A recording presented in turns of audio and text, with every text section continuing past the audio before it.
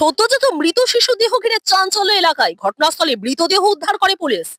একাধিকবার প্রশাসনের তরফ থেকে বিভিন্ন জায়গায় ভ্রূণ হত্যা বন্ধ করার জন্য সচেতনতামূলক শিবিরের আয়োজন করা হয়, কিন্তু তাতেও সচেতন হচ্ছেন না সাধারণ মানুষ। রবিবার সকালে পূর্ব মেদিনীপুর জেলা তমলুক থানা চাপ বসান গ্রামের দাসপাড়া এলাকায় একটি পুকুরে অস্বাভাবিক কিছু ভাসতে দেখে বাঁশ দিয়ে ওপরে তুলে আনলে দেখা যায় একটি মৃত শিশুর দেহ।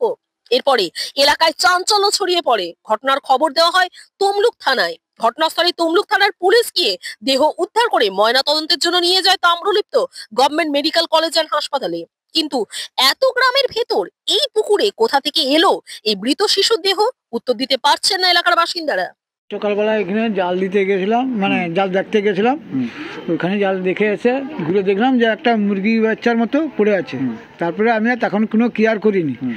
তারপরে আমি আবার কেলোমাল গেছি, কেলোমাল এসে ঘরে বাড়িতে রুটি ঘুগনি খেয়ে দিয়ে পেচ্ছাপ করতে গেছিলাম। পেচ্ছাপ করে দেখে এসে আমি বলি একটা ডাউট লাগলো, জিনিসটা কি, মাথায় একটু কালো মতো দেখা যাচ্ছে, মাথার মতো বলে বাঁশ দিয়ে তুললাম। তুলে দেখি না হচ্ছে যে একটা বাচ্চা আছে না। তারপরে আর ঘরে ছোটো বৌমাকে ডেকে বললাম, বৌমা দেখো তো এই জিনিসটা কি। বলে হায় হায়, তো কাঠের বাচ্চাকে ফেলি দিয়ে গেছে।